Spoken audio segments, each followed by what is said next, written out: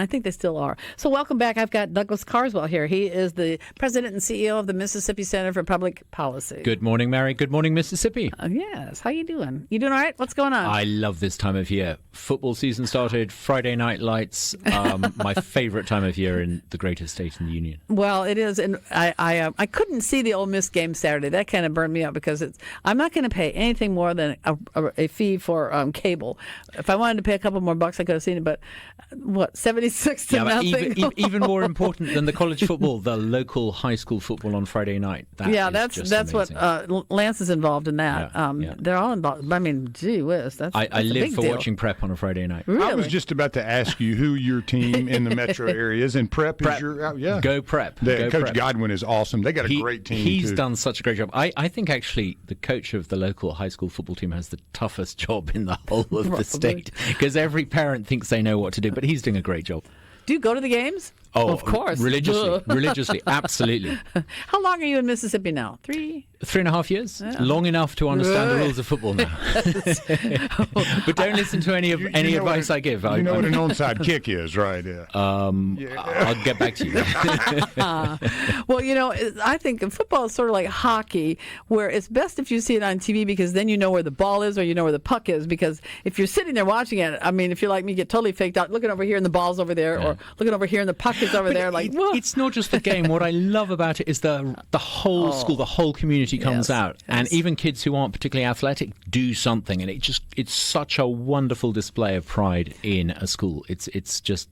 Oh, yeah. I love it. Well, one time years ago, I was doing the helicopter traffic. It was getting late in the season, and we were over the spillway, and here comes this entourage, these big buses and police, all this kind of stuff, and it was Madison Central coming to play Northwest Rankin. I was like, you think it was Notre Dame or something like that? Like, whoa, look how cool that is. But I'd rather watch one of them play than an NFL game if I'm honest. Let me ask you a question, Mr. Carswell. In being a Brit, what is it when you come here into the United States and you see American hockey where they'll take the time out and get into the bare knuckle brawl, and then they're done, and then it's like nothing happened. They get right back to the game. Can you imagine putting that in like soccer or baseball? Soccer, or the fighting tends to take place off the pitch amongst the supporters in England.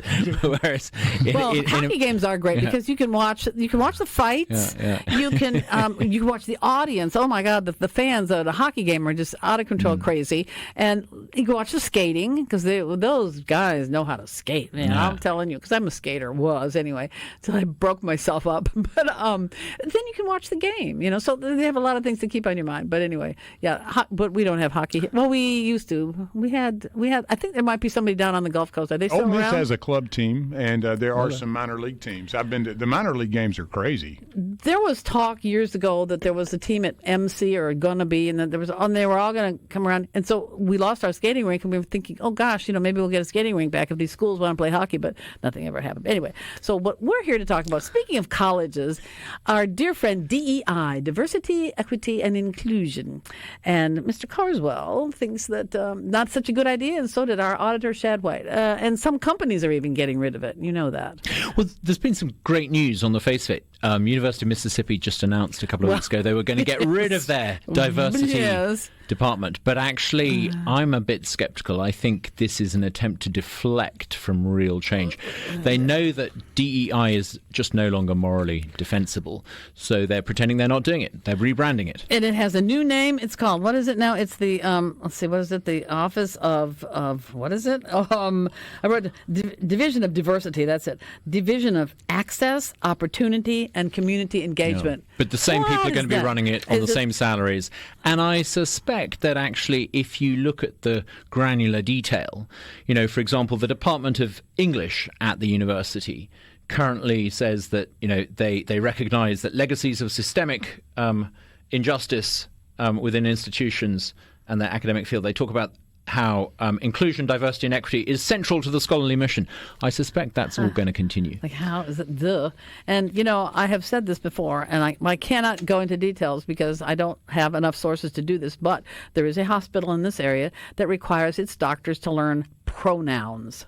For gosh sake. So my example was, so let's say I'm a patient. I go to the hospital to get my tonsils out. And I'm lying there on the table and they say, is she ready? And I jump up and say, no, you can't do that. You use the wrong pronoun. I'm not a she. I'm a him or his or whatever they think I mean, honestly, why? And that's all part of the whole thing. But I think what's happened at the University of Mississippi is really quite significant. I mean, just by way of background with your listeners, there has been an attempt for the past 2 or 3 years to pass anti-DEI legislation in Mississippi, similar to the laws passed in other states. And this would make it illegal for diversity, equity, and inclusion, which is basically racially discriminatory practices, to be pushed in universities using public money. Yes. Now, the interesting thing is that the Senate leadership in Mississippi has been very I would say, underhand at killing off this anti-DEI legislation. But what I think is now significant is the Senate leadership, the weak Senate leadership in Mississippi, is no longer going to be able to hold the line on this for much longer. And so I think what's happened is a deal has been done between the people who run the universities and some of the lawmakers to pretend to get rid of DEI, to try and head off the growing pressure for anti-DEI legislation. So I think this tells us about the weakness of the Senate leadership. It also tells us that there's an attempt to preserve the DEI. I mean, DEI is a shakedown. Lots of big salaries are paid to lots of people. Yeah, well, the woman who runs it gets almost $247,000 a year. There are big vested interests on campus who want to keep this shakedown going. I think this is an attempt to try and preserve that, but I think it shows actually that the anti-DEI people within the state legislature are a lot weaker than they've ever been. Well, I was surprised because, folks, this is in a column. I happen to have seen the column on online, and I didn't realize that it was yours till I got to the bottom of it. Oh, well, no wonder. It's so articulate and well-spoken and all this kind of stuff. Then it's been in one of the local weekly newspapers, too, about this, if you want to read more about it. But I was surprised when you're talking about Mississippi's weak Senate leadership. I was surprised to hear you say that. I mean, I thought that you were, gung-ho legislature and all. I guess I haven't listened to you enough or read enough. But you shouldn't be, because the story of the Senate leadership is that it's repeatedly killed off conservative proposals, not just anti-DEI legislation. It also has killed off 3 years in a row an attempt to restore the ballot initiative in our state. It was also opposed to the school funding reform bill that went through. Now, the House came up with this marvelous new system to actually fund students rather than a system. The Senate leadership was vociferously against that. They were forced to compromise. Again, telling you something about perhaps their weakening position. But again and again and again, we see leadership in the Senate that is blocking conservative policy. And I think this is starting to be noticed. Yes. Well, certainly this is news to me. Years ago, I did cover the legislature, but it was like a long time ago. And I don't pay as close attention to it as I should. I know who some of the principals are, but I remember this goes way back in Mississippi history when Ray Mabus was running to be reelected as governor, back whenever that was, late 80s, early 90s. He wanted to have a second Education Reform Act. And he was involved in the first one, which kindergarten. I mean, that was a big deal. Okay, so for the second one, I don't know what the principles were going to be, what the points were going to be, but he had this big dog and pony show and media and all. I was part of the Capitol Press, and we went there, and he's talking all this stuff.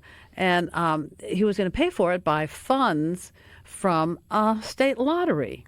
And this was back, speaking of the Senate, and I said, but I raised my hand. And I'm sure he could have killed me, but I was a legitimate question. I said, what are you going to do? What is your plan B? Because everybody knows the Senate will not vote for a state lottery. And it was like, shut up, Mary. He didn't say that, but I could just feel, it.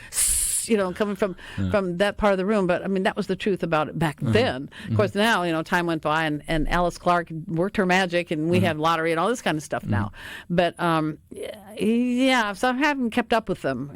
I don't think a lottery is particularly conservative, but it was, there were reasons why they couldn't do it, religious reasons why it wasn't feasible. But they did do that. But anyhow. Oh, and by the way, it was a senator. He's passed away now. Senator Deering from Natchez was the father of casinos. By the way, did you know that? No, I didn't. Yes, he was. He didn't like to be called that. But anyway, but so that's interesting about that. But if you're just calling it something else, it's still DEI. Of course, it's still DEI. And also, who are you fooling here? Mississippi has had a notional conservative statewide majority for 12 years. why 12 years into a supposed conservative notional majority is nothing being done to stop woke ideology being foisted on young Mississippi minds at public expense. They've tackled this in other states. Why is there so little action here in Mississippi? I think we need to start to identify, why is it that the bill was killed in the Senate? Who killed it? Who, nudge, nudge, wink, wink, was happy for it to die in committee? We need to call this out. We need to allow the public to see who is preventing them from getting the conservative policies that they continually vote for. Who do you think? Well, I think I'm not going to name names. It's not my job to name names. I think it is weak Senate leadership. Yeah, interestingly, in other states, the governors have taken the lead on this. And I'm quite surprised that we haven't seen an executive order like they've had in Florida or Oklahoma. Yes. That would go some way towards tackling this. I think maybe in a state like Mississippi, there's perhaps a coziness between some state officials and people on the IHL and administrators who run universities. And I think what we need to do is let a bit of sunlight in as a disinfectant and say, what has been said, what reassurances have been given on DEI? Why is it that we're not seeing an executive order in Mississippi? Why are we not seeing the legislation that the House overwhelmingly supports being passed by the Senate? Who's preventing this from happening? And what are the deals that have been done? We are at 888-808-8637, I should tell you all. And we take comments at 601-879-4395, 601-879-4395. And we are live streaming supertalk.fm/Mary. I wonder if it's not the legacy of Ole Miss, the old days, Ole Miss, all that kind of stuff, and going back to integration and everything, and it was such a conservative and anti-black and all this kind of stuff school. And then over the years, it's trying to prove and has built a whole nother image. Now it thinks it's the University of Michigan or something like that, where you have all this kind of stuff. Do you think? The way to end discrimination is to stop discriminating. It's precisely because of the unhappy, sad, tragic history of racial discrimination in Mississippi that we need to stop discriminating against people on the basis of race. We need to stop teaching a narrative that is divisive on racial lines and teach a narrative that shows that the United States is a country where all individuals are treated equally. Yep. This is the foundational promise of this republic. We need universities founded and teaching that rather than trying to discriminate on the basis of past discrimination. That's absurd. I know. But we'll be back in just a couple of minutes. This is Douglas Carswell. He'll be with us for one more segment. The time is flying. Stay with us. So anyway, we've been talking about DEI, diversity, equity, not equality now. There's a whole different meaning between equity and equality and inclusiveness, and this being wiped out by Ole Miss, but not necessarily so. So what's the difference? It's a horse with another name, but it's still a horse. What they're changing it to. So who's getting fooled here? Who's not going to? I mean, how can you do this and think that people aren't going to go, it's the same thing? Well, I think this is an attempt, and they're presumably advised to do this by well-paid lobbyists, that, make this cosmetic change, and then, perhaps during a ball game you can sit down with some lawmakers and statewide officials and you can say, look, nothing to worry about. We used to do that. We used to have DEI, but we don't anymore. And it's the oldest trick in politics. When an official doesn't want to change something, they pretend they've already got rid of the thing that you find objectionable. And the follow-up question is, well, then what's the difference? Yeah. How different are your policies and your practices and your edicts or whatever? What's the difference? I mean, I think the really simple test in this is if Chancellor Glenn Boyce was serious about getting rid of DEI, has he made it clear he will be running the university on the basis of equality, not equity? Now, there's an important difference. Mm-hmm. Equality means giving everybody the same opportunity because they're an individual, irrespective of anything else. Equity means making sure that people have similar outcomes and therefore weighting the system and rigging it to favour so-called disadvantaged groups at the expense of others. They're two profoundly different things. Equality is good. It's one of the foundational principles of America. Equity is what you do in a socialist country to discriminate against a group of people that you regard as oppressors. Now, I don't really think most Mississippi taxpayers want their universities run on the basis of equity. So I think if Chancellor Boyce is serious about getting rid of DEI, he needs to make unequivocal statement that there will no longer be any reference to equity in any of the departments, and all the university departments, including the coursework, will stop preaching the creed of equity. Well, what about the other universities? And let's start off with Mississippi State. Do they have it? Does everybody have it? I think they do. I mean, I think it's less obvious at Mississippi State. Now, curiously, Shad White was attacked by the head of communications, Sid Slater, for suggesting that there was DEI at State. I'm not sure that it was a wise move from a communications director, because now the spotlight is very much on Mississippi State. It's starting to get some national attention. Now, clearly there is some DEI at State. I think it's very unwise to try and pretend that there's no DEI when the university's own websites show that there is DEI. But I think it's less prevalent at State, but it still exists. Yeah, the focus was always on Ole Miss. Well, back in the day, I think it's the wokest public university in the state. Yes, and the focus stayed on Ole Miss over all the various years. So if we go on their websites, we can look this up. What about like Jackson State is here, right here in town? What about them? Do they have it? I've not looked into it, but I'm sure. I wouldn't put it this way.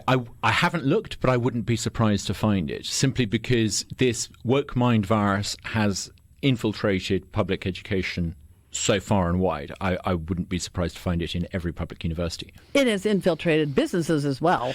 Absolutely. I mean, my gosh. There was a story that I read, found 2-3 years ago.